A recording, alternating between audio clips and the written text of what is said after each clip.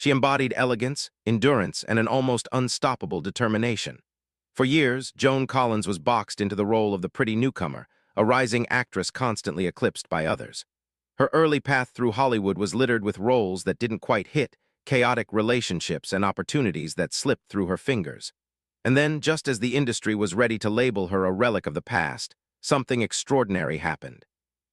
At 48 years old, she staged one of television's most unforgettable comebacks. What inner spark fueled this transformation? Was it destiny finally swinging her way, or a deep desire to prove everyone wrong?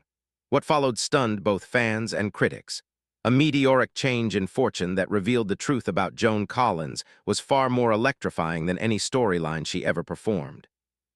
Joan Henrietta Collins entered the world in 1933 in London, born to a father who worked as a talent agent, giving her an early glimpse into the entertainment world.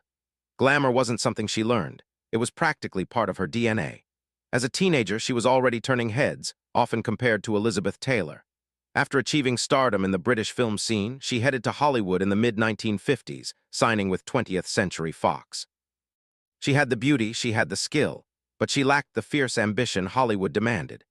Even with roles in films like The Girl in the Red Velvet Swing, she remained on the fringes, never quite reaching the level many believed she could. Meanwhile, her early marriages, each ending with public drama, overshadowed her career, leaving her financially unstable and professionally lost by the time the 1970s rolled around. By 1980, Joan Collins had faded into the background, taking whatever roles she could find in guest spots and low-budget productions.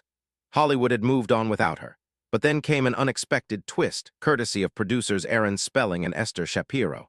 They were developing a new primetime soap, Dynasty, and needed someone who could rescue the show from mediocrity. They required a villain. They needed Alexis Carrington Colby. Collins hesitated. The character wasn't the lead, and the show itself wasn't impressing anyone yet. But Spelling and Shapiro offered her something rare, freedom to shape the role however she saw fit.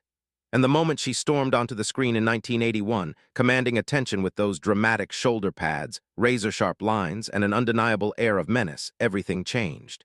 Viewers were hooked. Her verbal sparring with Crystal Carrington became the heart of the series. She didn't just play Alexis, she transformed the character into the show's driving force. But with this massive resurgence came a downside. Audiences began confusing Joan with the ruthless woman she portrayed. Once again, her personal life became tabloid material, devoured by a public eager for scandal.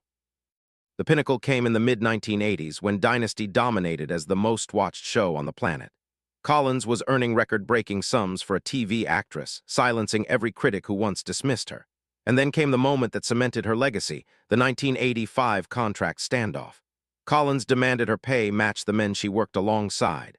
The studio resisted, even threatening to eliminate her character altogether, but they couldn't. She was the heartbeat of the series, and viewers adored her. In the end, she won.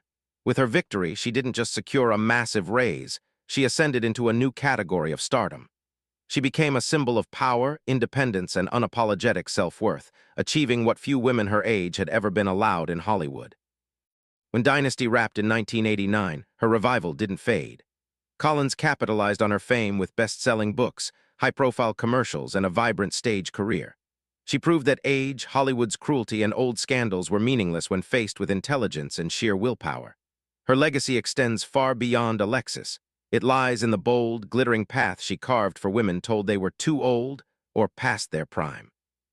Joan Collins became the ultimate architect of her own story, turning what seemed like a fading career into a testament of triumph. She always took a chance on herself, and time after time, she emerged victorious.